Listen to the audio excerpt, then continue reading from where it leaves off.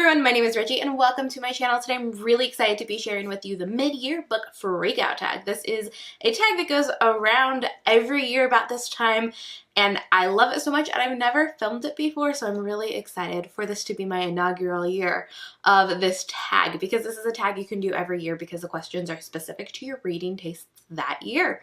This tag was created by Chammy over at It's Chammy Time, or I think her channel's now It's That Chammy, and also was co-created by Ellie. I'll link all of that stuff down below. I wasn't tagged by anyone because this is the kind of tag, in my opinion now, it's been out for quite a few years, that you just do. You don't really have to be tagged to do it, so I won't be tagging anyone at the end either, but if you want to do this, definitely feel free to do it. But before we get into the tag, I highly recommend subscribing to my channel. I post new bookish videos every week, and while you're here, go ahead and hit that bell notification. That'll tell you when I post new videos. Question number 1. The best book you've read so far in 2018. For me, this is Born a Crime by Trevor Noah. This is hands down by far my favorite book I've read this year. Memoir about comedian Trevor Noah's life. He grew up in South Africa during the apartheid and it is just so good. Question number 2 is best sequel you've read this year. For me, I'm going with, I should grab it, Us Against You by Frederick Bachman. This is the sequel to Beartown, and Beartown is my favorite book. I had a really fun experience with this book because I met Frederick Bachman because he was touring the United States for the release of this book, and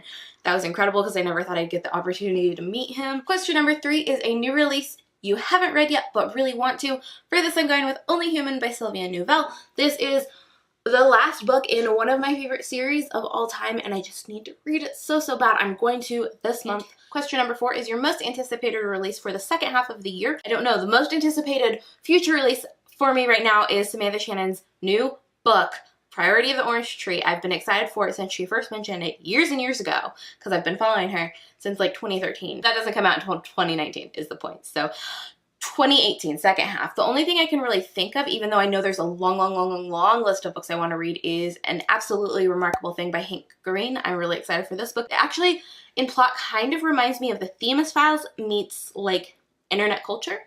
So that's kind of what I'm getting vibes of from the summary, which, I mean, I'm into internet culture, obviously, and Themis Files, as mentioned in a previous question, is one of my favorite series of all time. Question number 5 is biggest disappointment of the year. For me, this is One of Us is Lying. This book is by Karen M. McManus, and I really just didn't like this book. It's basically Breakfast Club whodunit murder mystery kind of thing, which sounds like super promising, but it just really fell flat and short, and that's mainly because it misused people's representation as like twists, plot conveniences, and those decisions were very harmful. So it's very bad for LGBTQ plus rep, and it's very harmful for mental illness rep. So I really just did not like this book. I thought it was very damaging. Question number 6 is your biggest surprise. I actually mentioned this in my recent wrap up, but my biggest surprise of this year has been We Are Okay by Nina Lacour.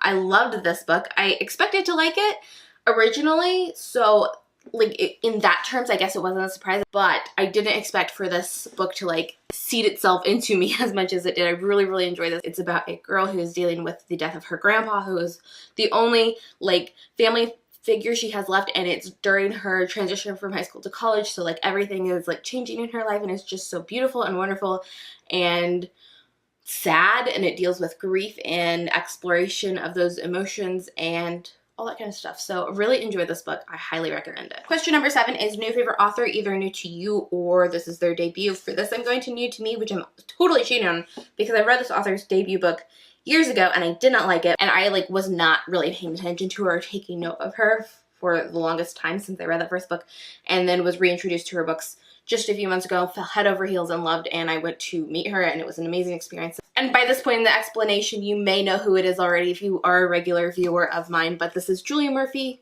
author of Dumplin', Sequel Puddin', and Ramona Blue. These books are just, well, I haven't read Puddin'. Dumplin' was good.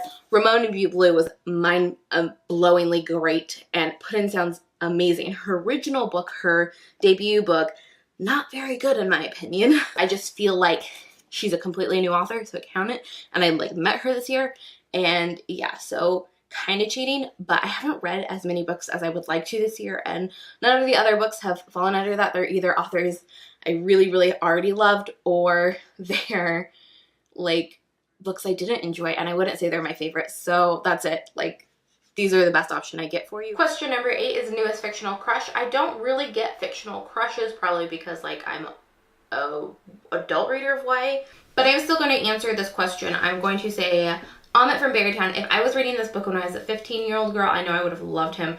He is so sweet and kind and caring and just perfect. I love him so, so much.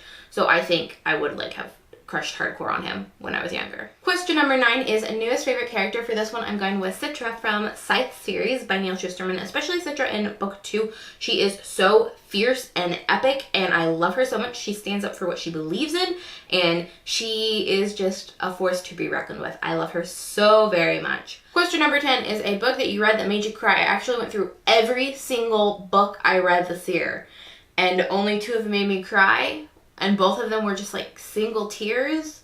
And both of them have already been on this list. But those are We Are Okay and Beartown. So both of these books made me cry, but not a ton. Give me recommendations for tearjerkers down below because I haven't read one in a long time. Question number 11 is name a book that made you exceptionally happy. It doesn't say exceptionally, but I'm adding that word in there. For this one, I'm going with A Day in the Life of Marlon Bundo, of course by Marlon Bundo. If you don't know about this book, this was a parody created by John Oliver and his team. So this book was technically written by Jill Twill, but we're always and forever going to say it's written by Marlon Bundo, who is the Vice President's bunny.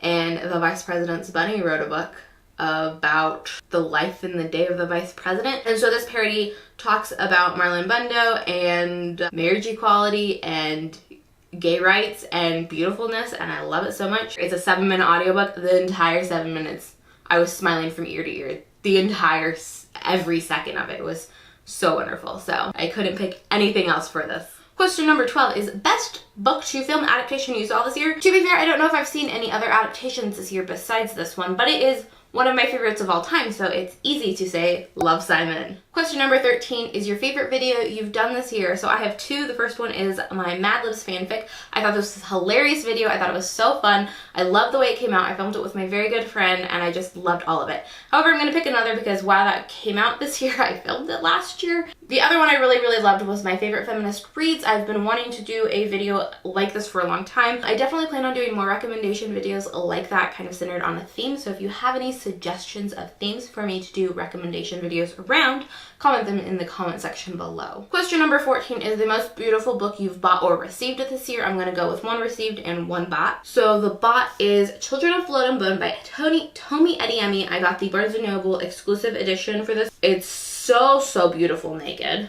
Like, just look at it. The inside flap has an incredible map. And then I think the prettiest book I've received this year is Geekerella by Ashley Poston. This was sent to me so kindly by Quirk Books. The paper book was just released last month, I believe, and it is so pretty. This is the finished paperback copy, and I think the color scheme, the art style, and the sparkles of this just really step it up a notch. And then the last question on this tag is what is a book you need to read by the end of the year? I technically have a huge pile, but we're gonna go with 1 book that's been on my TBR for almost every month in the last year. That's not true, but I'm 1, an exaggerator at heart, and 2, is actually not that far from the truth, and that is How to Make a Wish by Ashley Herring Blake. So that's all for the mid-year book freakout tag. I hope you enjoyed this video. If you did, give it a thumbs up, subscribe if you haven't already, and comment down below. Let me know the answer to the 2 questions I asked during the video, recommendation suggestions for like themed recommendation videos, and suggestions on books that'll make you cry. Okay, I'll see you in my next video. Bye!